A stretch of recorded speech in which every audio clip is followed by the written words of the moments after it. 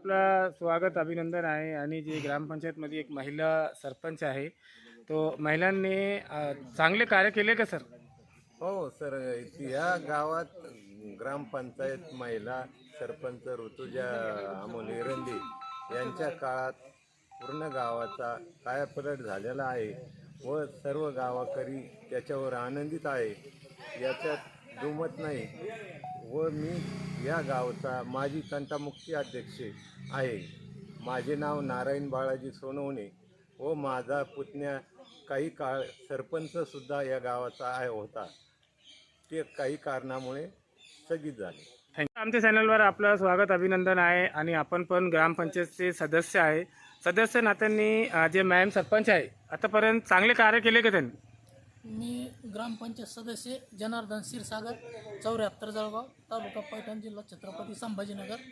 या 74 जळगावमध्ये आता लोक असं विकास कार्य याच्या आधी कधी झालं नाही आणि ह्या 5 वर्षाच्या काळात म्हणजे जे लोकांचे दळणवळणाच्या सुविधा होत्या, समजा वेलगंगा नदीवरती पूल असेल, रस्ते, ड्रेनेज लाईन असेल, परत वृक्षारोपण आणि स्मशानभूमी, जलजीवन मिशनचं आता जी शाळेत किती आपल्या गावात शाळे किती आहे? शाळा 74 जळगावमध्ये 8वी लोकशाळा आहे, जिल्हा परिषद. धर्मस्थळे किती आहे? हा, धर्मस्थळे किती आहे? धर्मस्थळे किती आहे? मंदिर मंदिर, अच्छा, मंदिर आहे 4-5 आहे.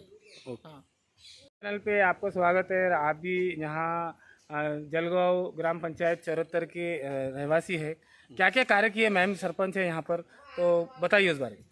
मी ॲडव्होकेट सचिन रामपट लेरंडे या चारजळ गावाचा चेअरमन आहे, विविध कार्यकारी सोसायटी.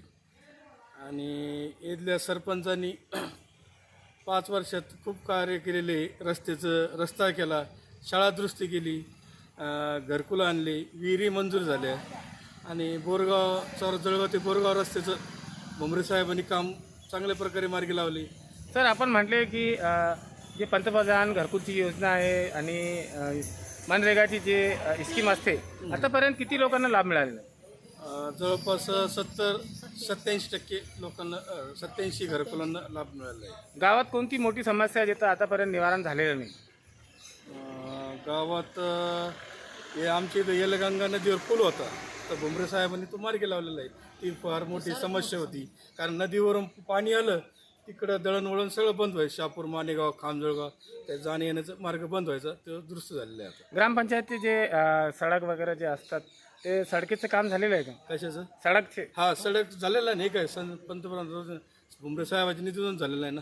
झालेलं आहे. हा, सडक. आणि पाणीची समस्या? पाण्याची धरणं पाईपलाईन आहे ना आमची गावाची. काय नाव आपलं? ॲडव्होकेट सचिन राम पाटील एरंडे. आपलं स्वागत अभिनंदन आहे आणि आपण हे गावातले नागरिक आहे. हे गावात महिला एक सरपंच आहे. सरपंच मॅमने काय काय कार्य केले आणि त्याच्याबद्दल पूर्ण माहिती द्या. या गावच्या सध्याच्या सरपंच सौभाग्यवती ऋतुजाताई अमोल एरंडे ह्या आहेत.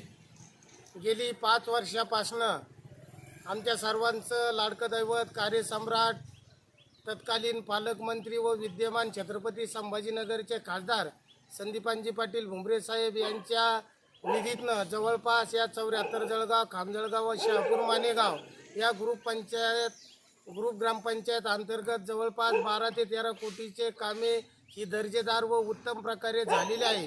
हे काम करत असताना सतत या कामावरती तालुक्याचे कार्यसम्राट दमदार आमदार विलासबापू भुमरे यांचं नेतृत्व होतं. गावातील सरपंच प्रतिनिधी अमोल एरंडे असतील, उपसरपंच नितीन एरंडे असतील व या गावाला सतत विकासाचं मार्गदर्शन करणारे कृषी उत्पन्न बाजार समितीचे उपसभापती रामपाटील एरंडे असतील व समस्त ग्रामपंचायत सदस्य, आमच्यासारखे सर्व नवतरुण शिवसैनिक या सर्वांच्या सलोख्याने एक दिलाने गावाचा त्या ठिकाणी सर्वांगीण विकास हा पूर्णत्वास गेलेला आहे आणि राहिलेले बाकी कामं दमदार आमदार बापूसाहेब यांच्या निधीतनं करण्याचा आमचा मानस आहे व त्याला लवकरच मान्यतासुद्धा भेटलेली आहे.